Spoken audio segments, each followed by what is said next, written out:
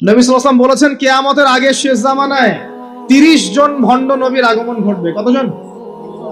তার মধ্যে 4 জন হবে মহিলা। 4 জন কি হবে? মহিলা। 30 জন ভণ্ড নবীর আগমন ঘটবে কিয়ামতের আগে আগে। একজন তো আমাদের কন্টিনেন্টেও আছে, আছে না? নাম বলবো? নাম বলতে আমার ঘৃণা লাগে, এই জন্য নাম বলি না। মুহাম্মদ সাল্লাল্লাহু আলাইহি ওয়াসাল্লামের পরে কেউ যদি নবুয়ত দাবি করে এবং কেউ যদি তাদেরকে অনুসরণ করে এবং এই ধর্মে কাউকে দীক্ষিত করায়, কোনো সন্দেহ নাই এর একটি সুস্পষ্ট কাফের। যদি মুসলিমদের হাতে পলিটিক্যাল পাওয়ার থাকতো এদের বিরুদ্ধে যুদ্ধ ঘোষণা করতে হতো, কিন্তু আফসোস এখন আমাদের হাতে সেসব ক্ষমতা নাই। যাদের হাতে আছে তারা এই বিষয়গুলো খুব একটা বোঝে না, কারণ ধর্ম আর রাজনীতি তা আলাদা করে ফেলেছে। ধর্ম একদিকে, পলিটিক্স আরেকদিকে। আপনি পলিটিক্যাল লাইফে পলিটিক্স করবেন আর ধর্মীয় লাইফে আপনি ধার্মিক থাকবেন। এটা আমাদের এখন নতুন একটা তত্ত্ব। চলতে থাক, দেখা যাক কতদিন পর্যন্ত এগুলো চলতে পারে। আল্লাহ রাব্বুল আলামিন ওয়াদা করেছেন যে একজন নবী আসবেন, একজন নবী আসবেন অচিরেই। একজন নবী আসবেন 2 জন ফেরেশতার কাঁধে ভর দিয়ে। সিরিয়ার দামেস্কে সাদা মসজিদের মিনারের উপরে তার চুল দিয়ে টপটপ করে পানি পড়তে থাকবে, তার গায়ে একটু হলুদ রঙের জামা থাকবে, চুলগুলো থাকবে ব্রাউন কালারের, সিল্কি চুল ব্রাউন কালারের। তিনি হচ্ছেন নবী ঈসা আলাইহিস সালাম। মারিয়াম আলাইহিস সালামের তারা তাকে ক্রুশবিদ্ধ করে নাই, বাল রাফাআহু আল্লাহু ইলাইহি, বরং আল্লাহ তাকে তার কাছে তুলে নিয়েছেন। সুবহানাল্লাহ। এবং তিনি তাকে পাঠাবেন কি জন্য?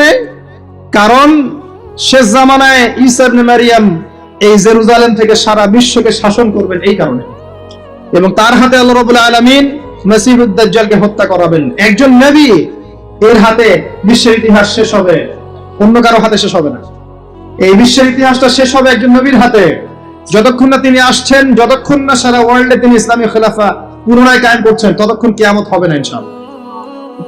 একদম টেনশন করেন না, কিয়ামত হবেই না যতক্ষণ উনি আসছেন না ইনশাআল্লাহ আযজা ওয়া জাল।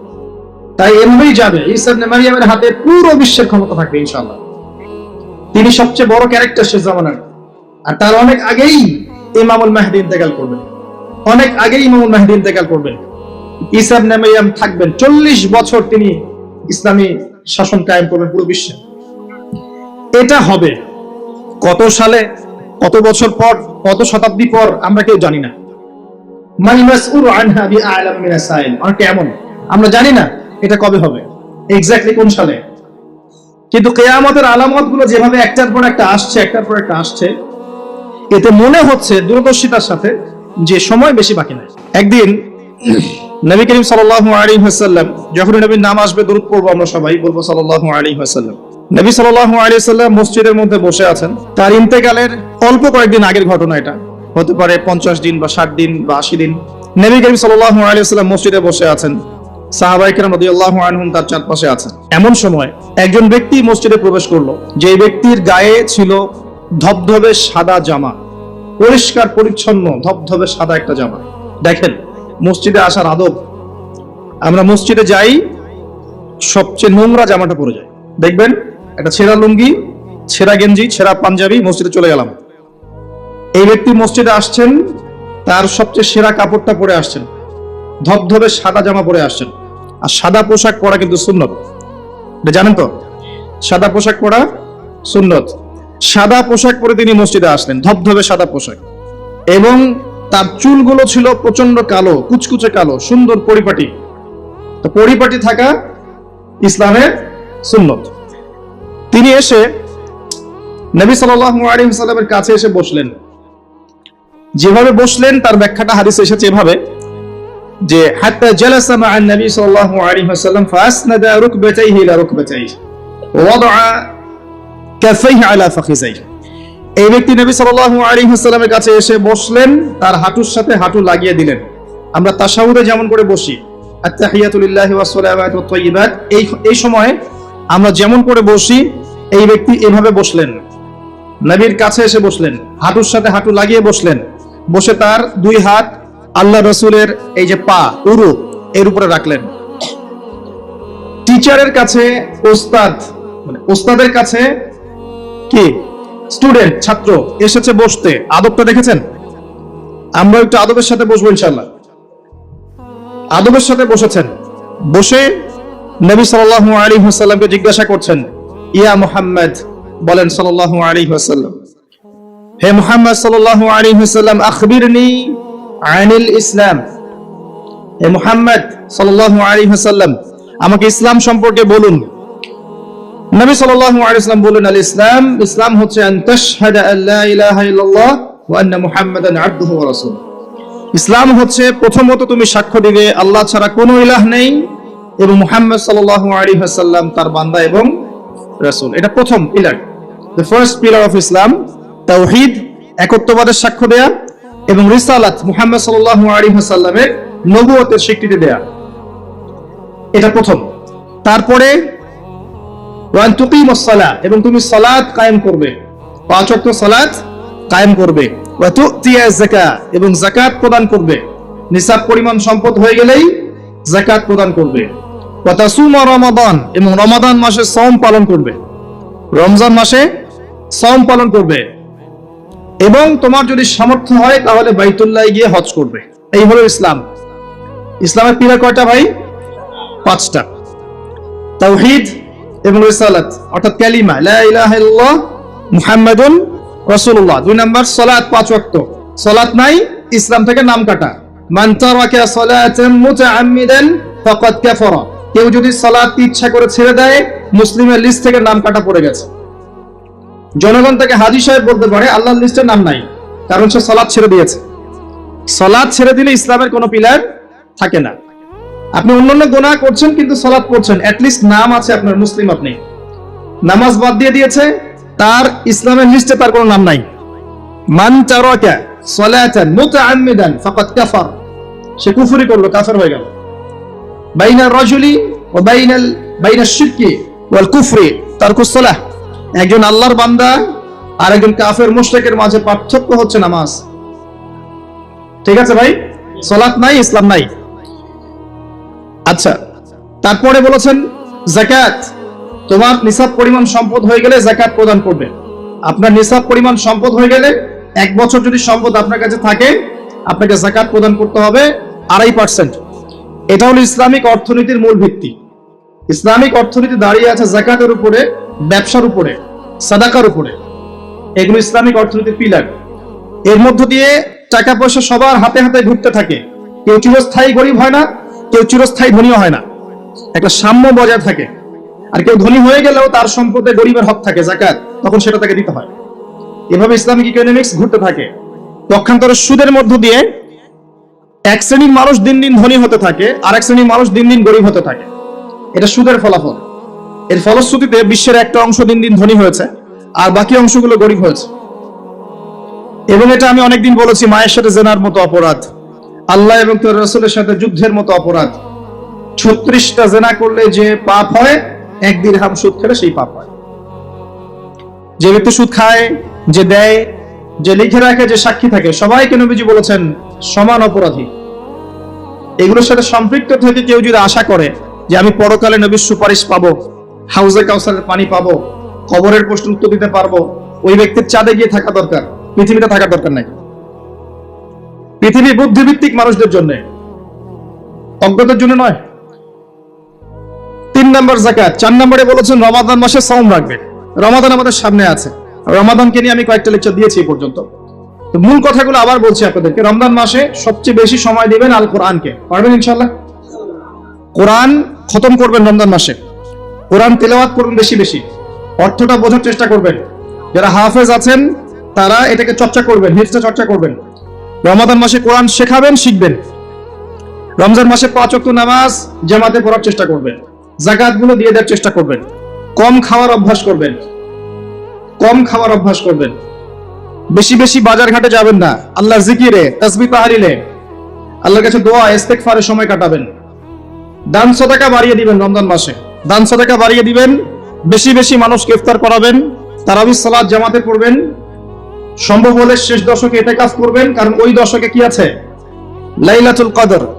শেষের দশকের বিজোর রাতে লাইলাতুল কদর আছে। 21, 23, 25, 27, 29 এর মধ্যে একটা রাত হচ্ছে লাইলাতুল কদর। আপনি এক রাত জাগবেন, হাজার হাজার মাস ইবাদত করেন নাকি পেয়ে যাবেন ইনশাআল্লাহ। এই সুযোগ পাওয়া যাবে সব সময়? আল্লাহ পাক কবুল করুন, আমিন। রমজানে কাজগুলো বেশি বেশি করবে। এরপরে বলা হয়েছে যদি সামর্থ্য থাকে তুমি হজ করবে। হজ সবার উপরে ফরজ নয়, যাদের সামর্থ্য আছে তার উপরে হজ করা ফরজ। আমাকে বলা হয়নি যে টাকা পয়সা ধার করে হজ করতে, বলা হয়েছে? বলা হয়নি। হজের সামর্থ্য হলে আপনি হজ করবেন। আর হজ করবেন আল্লাহর তাওহীদ শেখার জন্য, আলহাজ টাইটেল পাওয়ার জন্য নয়। একটা আলহাজ টাইটেল পেয়ে যাব আর মানুষের ঘরে ঘরে গিয়ে বলবো আমি হাজী সাহেব, আমাকে মনোনীত করেন, এই জন্য হজ করবেন না। হজ করবেন আল্লাহর সন্তুষ্টির জন্য, ইব্রাহিম আলাইহিস সালামের সুন্নাহ তরিকা শেখার জন্য। ওই যে কাবা ঘর কার সুন্নতের সাথে জড়িত? ইব্রাহিম আলাইহিস সালাম। ওই যে কুরবানি করছি আমরা কার সুন্নতের সাথে জড়িত? ইব্রাহিম এবং ইসমাঈল আলাইহিস সালাম। সাফা মারওয়া সাই করছেন কার সুন্নত? তার স্ত্রী ইসমাঈল এবং হাজারা আলাইহিস সালাম। সবকিছু দেখবেন তাদের সাথে সম্পৃক্ত। শয়তানকে পাথর মারা কার সুন্নাহ? ওই যে ইব্রাহিম আলাইহিস সালাম। ইব্রাহিমী তাওহীদের একত্ববাদের চেতনা শিখতে হয় হজে গিয়ে।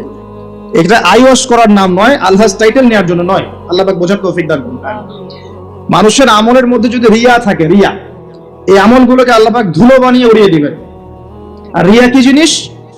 মানুষকে দেখানোর জন্য মানুষ আমল করা, মানুষ জানুক যে আমি অনেক বড় আলেম, অনেক বড় দাঈ, অনেক বড় বক্তা, অনেক বড় মুফাসসির, অনেক বড় হাফেজ, অনেক বড় বুজুর্গ, মানুষ আমাকে এটা মনে করুক। অন্যকে দেখানোর জন্য আমল করার সাথে সাথেই আপনার আমল নষ্ট হয়ে যাবে। আর এটা এত সূক্ষ্ম যেটা সম্পর্কে নবী সাল্লাল্লাহু আলাইহি ওয়াসাল্লাম বলেছেন, অন্ধকার রাতে কালো পাথরের উপরে কালো পিঁপড়া যদি হেঁটে যায়, বোঝার চেষ্টা করে, অন্ধকার রাতে কালো একটা পাথর, এর উপর কালো পিঁপড়া হেঁটে যাচ্ছে, বোঝা যাবে? তার শব্দ কি দেখা যাবে, শোনা যাবে? রিয়াটা এমন সূক্ষ্ম, বোঝা যায় না। যদি এটা মনের মধ্যে চলে আসে, এই দোয়াটা পড়তে পারেন, আল্লাহুম্মা ইন্নী আউযু বিকা আন উশরিকা বিকা ওয়া আনা আ'লাম ওয়া আস্তাগফিরুকা লিমা লা আ'লাম। ইনশাআল্লাহ আল্লাহ পাক মাফ করে দিবেন। অর্থ হচ্ছে, আল্লাহ আমি তোমার সাথে জানা এবং অজানা শিরক থেকে তোমার কাছে ক্ষমা চাচ্ছি। আমি জেনে যে শিরকগুলো করেছি এ থেকেও ক্ষমা চাচ্ছি, যেটা না জেনে করেছি, এই যে গোপন শিরক রিয়া করেছি, এ থেকেও মাফ চাচ্ছি। আল্লাহ পাক ইনশাআল্লাহ মাফ করে দিবেন। এই পাঁচটা হচ্ছে ইসলামের পিলার। আর ইসলাম একমাত্র দিন যেটা আল্লাহর কাছে কবুলিয়ত পেয়েছে। অন্য কোন দিন কি আল্লাহর কাছে গ্রহণযোগ্য? এর উত্তর কে দিবে? আল্লাহই দেখ, আল্লাহ পাকের কাছেই শুনেন। আল্লাহ পাক সূরা আলে ইমরানের মধ্যে বলেছেন, ইন্নাদ দীনা ইনদাল্লাহিল ইসলাম। ইন্নাদ দীনা ইনদাল্লাহিল ইসলাম। আল্লাহর কাছে একমাত্র গ্রহণযোগ্য দিনের নাম কি? ইসলাম। দিন মানে কি? দিন মানে কি ধর্ম? না দিন মানে একটা জীবন ব্যবস্থা? ইসলাম কি একটা শুধু ধর্মের নাম? না ইসলামের প্রত্যেকটা বিষয়ের সমাধান আছে। কোনটা? ধর্মের সমাধান ইসলামে নাই? কিভাবে আমল করতে হবে ইসলামে নাই? কিভাবে তাওহীদ পালন করতে হবে নাই? কেমন করে সুন্নত স্টাইলে জীবন যাপন করবো নাই? কেমন করে ব্যবসা করবো আছে না নাই? কেমন করে চাকরি বাকরি করবো আছে না নাই? কেমন করে সমাজ চালাবো ইসলামে আছে না নাই? কেমন করে বিশ্ব চালাবো ইসলামে আছে না নাই? কেমন করে অর্থনীতি চালাবো আছে না নাই? কি নাই ইসলামে? কি নাই ইসলামে? মিশকাতুল মাসাবিহ একটা বই আছে না হাদিসের, এই বইয়ের মধ্যে একটা অধ্যায় আছে, দেখবেন মাথার চুল আঁচড়ানোর অধ্যায়। কি অধ্যায়? মাথার চুল কিভাবে আঁচড়াতে হয় এটাও ইসলাম শিখিয়ে দিয়েছে। সুবহানাল্লাহ। অধ্যায় দেখবেন হায়েজ নিফাস অধ্যায়। হায়েজ নিফাস তো বোঝেন, হায়েজ নিফাসের মতো বিষয়ে অধ্যায় রচনা করা হয়েছে এবং এখানে হেদায়েত দেওয়া হয়েছে।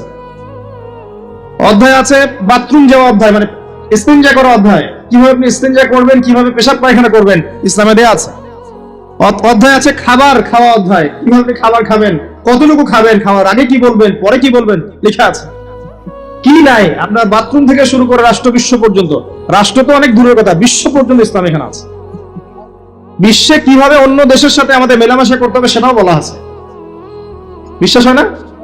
আল্লাহ সূরা মাইদায় বলেছেন 51 নম্বর আয়াতে, ইয়া আইয়ুহাল্লাযীনা আমানু, হে মুমিনগণ, লা তাত্তাখিযুল ইয়াহুদা ওয়ান নাসারা আউলিয়া। ইহুদি এবং নাসারাদেরকে বন্ধু রূপে গ্রহণ করো না, আউলিয়া রূপে গ্রহণ করো না। এটা ওয়ার্ল্ড অ্যাফেয়ার্স না? বুঝেন কথা? বা'দুহুম আউলিয়াউ বা'দ, এরা একে অপরের বন্ধু। বিশ্বের মধ্যে একটা শক্তি আছে না একে অপরের বন্ধু, ইহুদি খ্রিস্টানদের, যারা প্যালেস্টাইন দখল করে আছে, এদেরকে জায়নিস্ট বলা হয়। আল্লাহ পাক এদের সাথে বন্ধুত্ব করতে নিষেধ করেছেন। তাহলে কোরআনের মধ্যে ভূরাজনৈতিক বিষয় নাই? কি নাই? সব আছে। একজন মানুষ বিশ্বাস করে কোরআনের সব আছে, হাদিসের সব আছে, ইসলামের সব আছে, কিন্তু আমল করতে গিয়ে পারে না। এই ব্যক্তিকে আল্লাহ পাক মাফ করতে পারেন না? পারেন ইনশাআল্লাহ।